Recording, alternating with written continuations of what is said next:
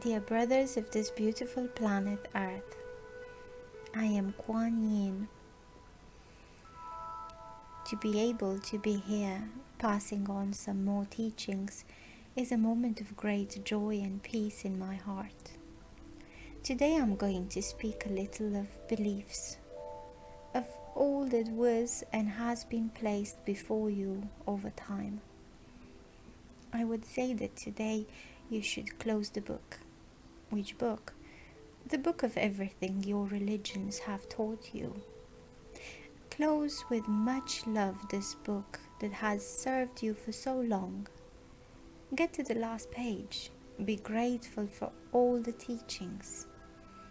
And put it in a place that is difficult to access, so that you begin to let go of everything that was taught there. No matter which religion you belong to, and no matter which book you dedicate yourself to, the time has come to close it and keep it with much gratitude and much love. We cannot say that these books have not brought good things to you. Yes, they have brought good ideas, but they have also brought many mistaken beliefs. So it is time to put them away and not read them anymore, because you will now be reaching a new level, new teachings, new beliefs. From a certain time, you will be taught that there is only one God. God who created the whole universe, who created every microorganism, who created every stone, every empty space in the whole universe. Every orb created has its purpose. Nothing is created for fun or simply to exist. Many wonders have happened in this world, and many people wonder why so many stars in the sky. Each star has a function, the function of balance. If you create an immense mass in the universe, you need to maintain the balance on the other side. Everything has to be in equilibrium. It is as if the universe were a big ball, and if you create something very heavy on one side, it bounces over to the other side. Then you need to put there, on the other side, something else, so that everything stays leveled. Of course, it is not like that, but it is an easy way for you to understand why there are so many elements in the heavens which, according to your idea, serve no purpose. Father, Mother, God does nothing for fun, nor without purpose. Everything has a purpose, and everything has a why. So when we speak of planet Earth and your beliefs, where did they come from? Where did the first divine words come from? So many words that many of you today believe to be the north that you need to follow. As I said at the beginning, take your religious books, close them with much gratitude and love, and then put them in a place where they will no longer be accessed. For the truth and the new beliefs will replace every single line of those books. But more importantly, they will bring the truth. They will bring to light so many questions that many ask themselves, and today they cannot get the answers because the books don't bring those answers. The knowledge about everything that exists in the universe has been passed on to you little by little by enlightened beings who have incarnated there. But even they, at that time, could not go very far. Many were already persecuted. Imagine if they came with the truth that you will know today. They would not even have the right to speak. So the universal law are not known by you. You created the laws of men, and many of them for your own benefit, for the benefit of those who created the religions, for the benefit of those who molded the religions, so that everything would happen for their own benefit. The great representatives of religions. Many avatars have been on earth preaching pure love, preaching unconditional love. Buddha was one of them. Christ was another, and many others who arrived there and who did not have so many repercussions, but who caused the change where they lived and at the time they lived. They all brought love, a feeling that has been so distorted, so modified, so succumbed to so many other negative feelings. Today, few of you really know what this feeling is. You use it in the way you have learned, but it is not the way that this word represents love. The word was not born here on earth. It exists all over the universe, and the whole universe echoes this word, because it has such powerful energy. But what it represents, many of you do not know what it is. The great majority of your planet understands love totally wrong. It is something that judges. It is something that enslaves. It is something that asks questions. It is something that begs. It is something that dominates. It is not something that you simply feel without asking for anything in return. So I would say to each one of you today, open your hearts to new truths, to new books. No, we are not writing new religious books. Our word will suffice. We don't need to write. Why? Because they are simple words, short teachings, which do not need to be in a book.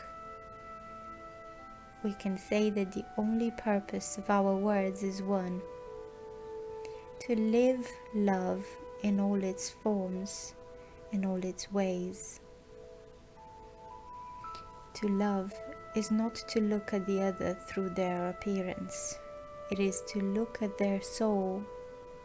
It is to love their soul, not their appearance. This is not love.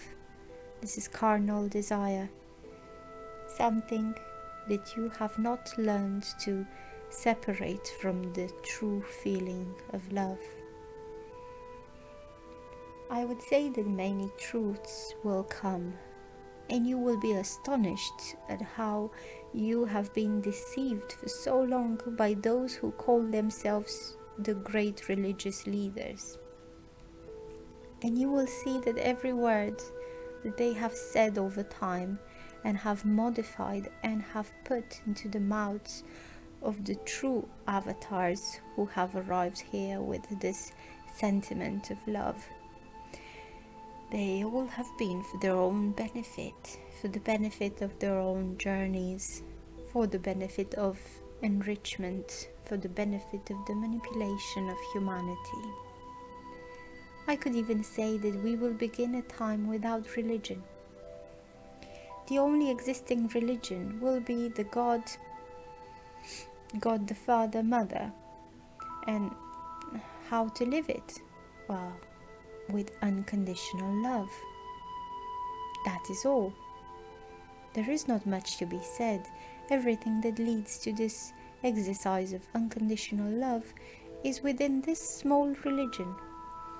Anything that is contrary to this unconditional love is outside, not part of it. So you must open your hearts, but open them with love, to listen to all that will be said, Many of the things you learn, you still find it very difficult to live them, because it has been a long time since your souls have learned exactly the opposite. And today, to forget all of this and to begin to live in a different way is not simple and is not easy. But you are capable. You are capable of molding yourselves to this new world, to this new philosophy of life, where there is no rich and poor, where there is no superior and inferior, where there is no beautiful and ugly, where there is no more intelligent and less intelligent. They're just human beings, each one in his own way and form, and each one has his importance and has his function on the planet. No one is born on the planet to do nothing. Many think that they incarnate and represent nothing in this world. And I will again give you the example of balance. Everything is in balance. Many are born to balance great energies in another part of the planet. Nothing is done without attention and careful consideration. Each soul that incarnates is very well planned and very well guided by the karmic council. The problem is that you come to the surface of the planet, you forget everything and you act as if you have not been guided. So the great purpose today is to learn to live with unconditional love, is to learn to live within these precepts, within the universal laws that you do not yet know totally, but you will learn to know them, and you must live by them. The laws of men created here have nothing or little to do with the universal laws, because we do not judge. There is no judgment. There is a reaction of an action done. There is no judgment. What there is an analysis of these reactions to the extent to which they harm the balance of the whole. It is different from a judgment. Judgment, you condemn, and that's it. We condemn and take action either to inhibit the problem or to help that soul to redeem itself. That is not judgment. That is action within the universal laws. So you are moving very quickly into these new laws, into the great truth. So live within unconditional love. It is not for you to judge. It is not for you to criticize. It is not for you to hate, anger, rage. You are on a journey to the fifth dimension. You cannot have those feelings. You must be filled with love. Every brother or sister on the planet, even those who serve the non-light, they're all souls of Father, Mother, God, sparks of Father, Mother, God within the universe. They are siblings of yours, and within this planet even more so, they are siblings of yours. It is part of the same planet as you. So you cannot just take a stamp and judge it guilty.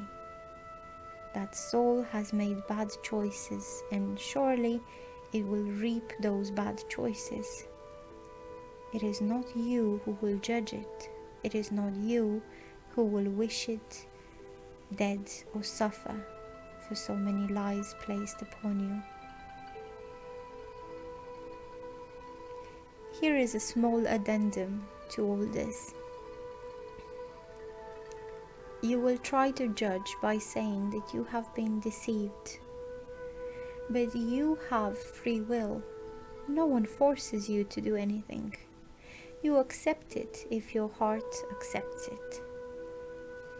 So, as we have always said, evil only enters when the door is open. So don't lay the blame entirely on those who have done these wrong things on the planet. You enjoyed everything they presented. You lived, and some of you still live the pleasures they presented. So why judge them? If you are to have judgment, you are just as guilty as they are. So there is no reason to have judgment, or you will be judging yourself too. Because each one of you, in a way, has participated in everything that is there today, has encouraged, propagated, increased everything that they taught. So they are not totally to blame. It is like a big party. They put a delicious cake to be eaten. If everybody decides not to eat, it's because that cake is not good for health. There's too much sugar in it, too much fat, and they don't eat it. The cake will stay there. It will not automatically go into their mouths. Now, if you look at the cake with desire, you will eat it. So understand, it is your will that works here. Everything is presented to you. You resonate with that, and you follow if you want to. Nothing is forced.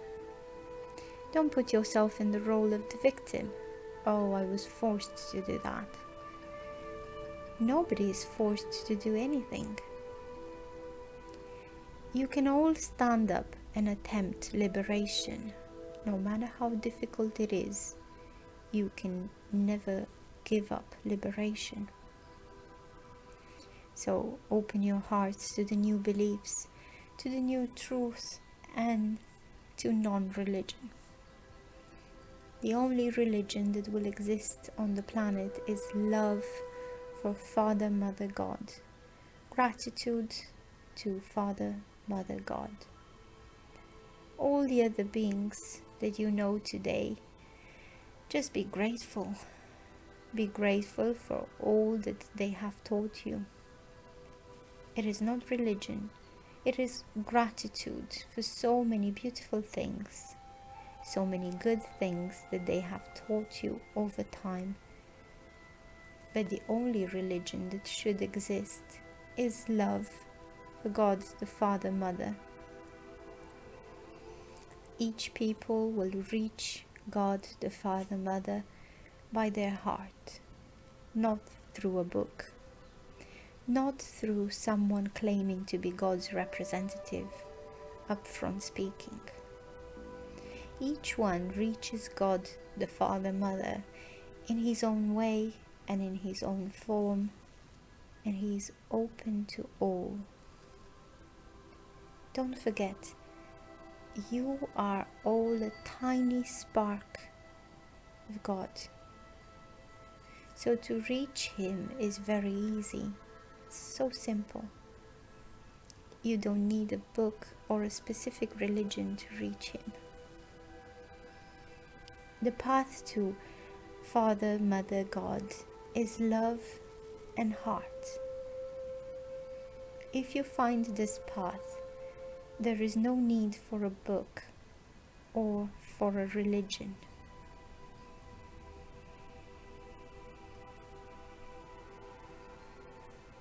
This message was channeled by Vania Rodrigues, and it was read for you by Adriana.